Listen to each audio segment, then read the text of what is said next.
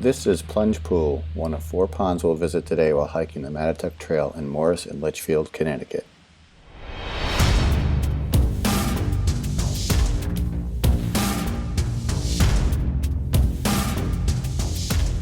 Good morning and welcome to Outdoors with John. Today we are here at Pitch Road on the Mattatuck Trail. Off to our left here is Slab Brook.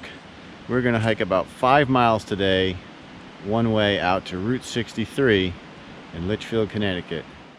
The city of Waterbury owns 5 reservoirs in Litchfield, Warren, and Morris. The 5 reservoirs have a total water capacity of 7.49 billion gallons. Morris Reservoir, just behind where we started our hike, holds 1.99 billion gallons of water, and nearby Pitch Reservoir holds 1.4 billion gallons of water. We'll see Pitch Reservoir on our return trip.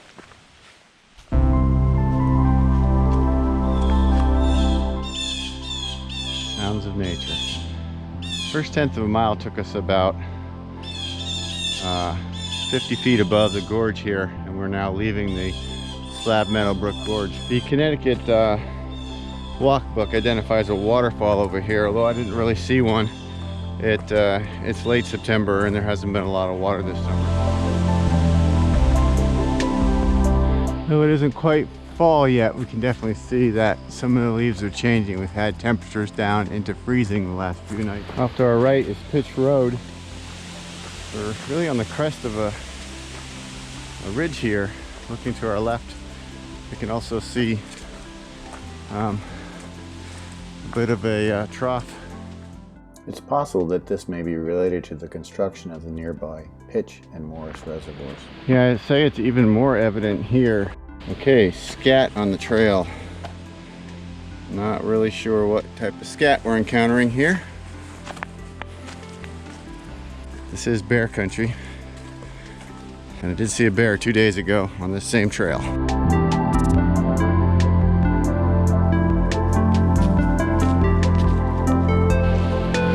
We're about a mile into our hike. We just crossed Farnham Road.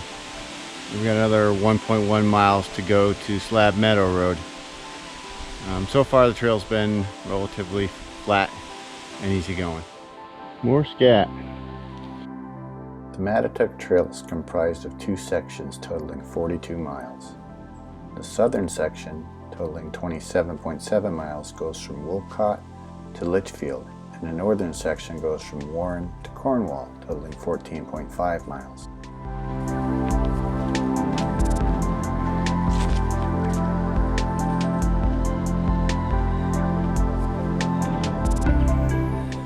We just passed Slab Meadow Road, and the next attraction is Beaver Pond in about 7/10 of a mile. Stone walls here and the openness of the area are likely indicated that this was once a farm. Alright, so this is like the 5th session of scat I've seen, and this is the most fresh of all of them so far. I think I'm walking on a bear superhighway here, if that's bear dung, because that's some pretty solid stuff. Let me keep my eyes open, I guess. So we've come to the White Memorial Wildlife Refuge boundary here.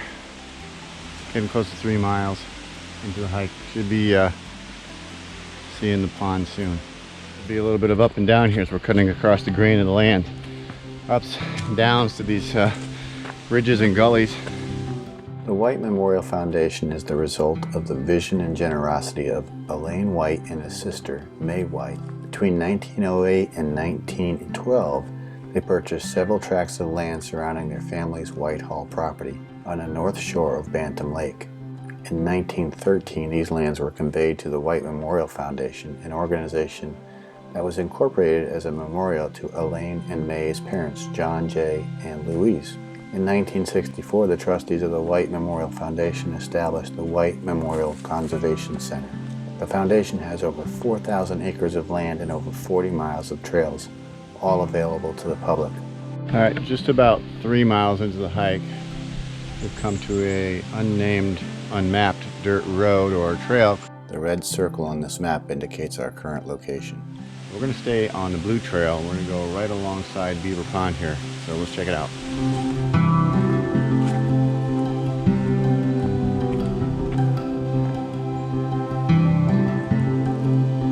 So the trail crosses the dam here on the south end of Beaver Pond.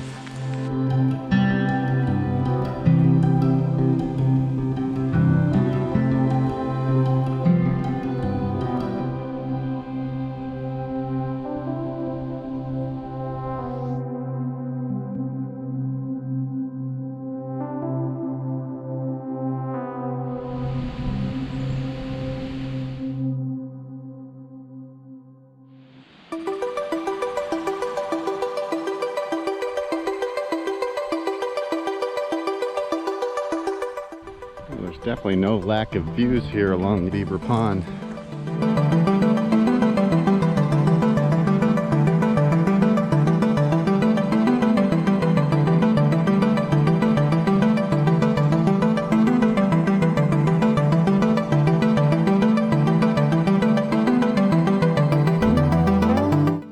The Mattatuck and the White Trail share this location along the forest road. We're passing the wide end of Beaver Pond now. In here where the Blue Trail is going to go up the hill on this road. The White Trail ends, I'm not sure what, if any, trail goes forward, although there's a road there. We got a view across the wide northern portion of Beaver Pond. We'll continue on the Mattatuck Trail, indicated by the red dots on this map. Alright, just after leaving Beaver Pond, we get a blue sign that tells us there's a vista to the right here, so we're going to leave the trail, check out the vista. Alright, well, we have some more of these massive mushrooms that we saw the other day. Huge! And they're growing on the side of a dead pine tree. It didn't say how far to the vista, but the trail looks to be nicely groomed, and the pond is definitely below us, so maybe it'll be a short hike. Alright, we've reached the vista. It does look a little grown in, so we're not seeing a lot of the pond. What's interesting here is there are some foundations here. And it appears as though there was some kind of a structure here. Maybe a porch here, building up on that part. We're standing on a rock foundation right now. The Whites constructed dozens of miles of woods roads suitable for horse and carriage.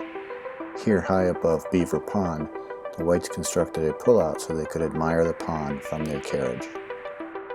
I'm fairly confident that these footings would have supported a bridge that would have carried this loop around the corner into the scenic vista of Beaver Pond that lie just ahead.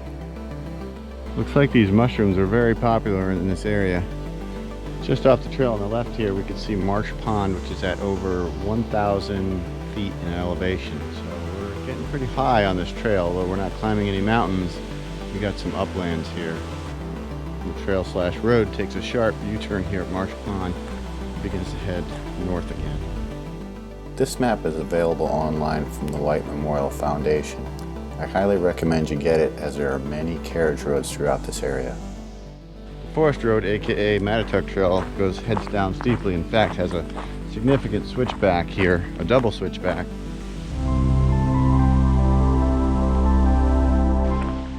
We just came up through the canyon there. I don't know if I'd call it a canyon, but maybe a gully.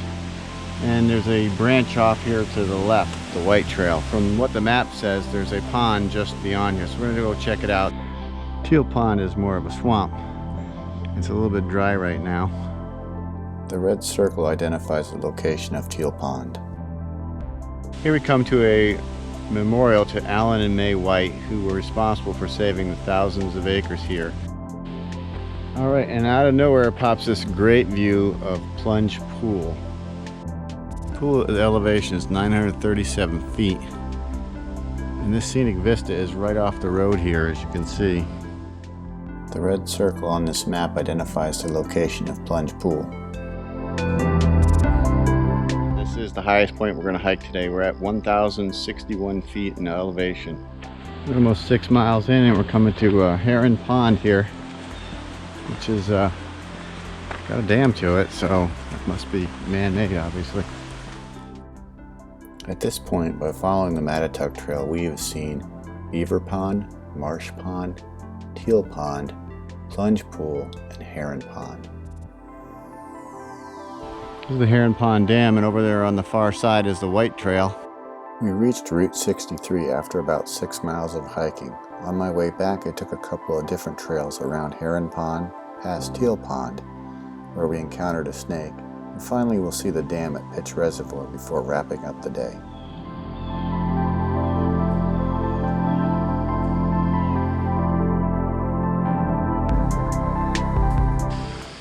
Unfortunately, I just scared a heron away before I could get my camera going.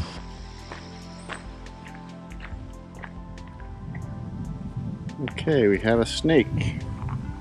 Nope, we don't have a snake anymore.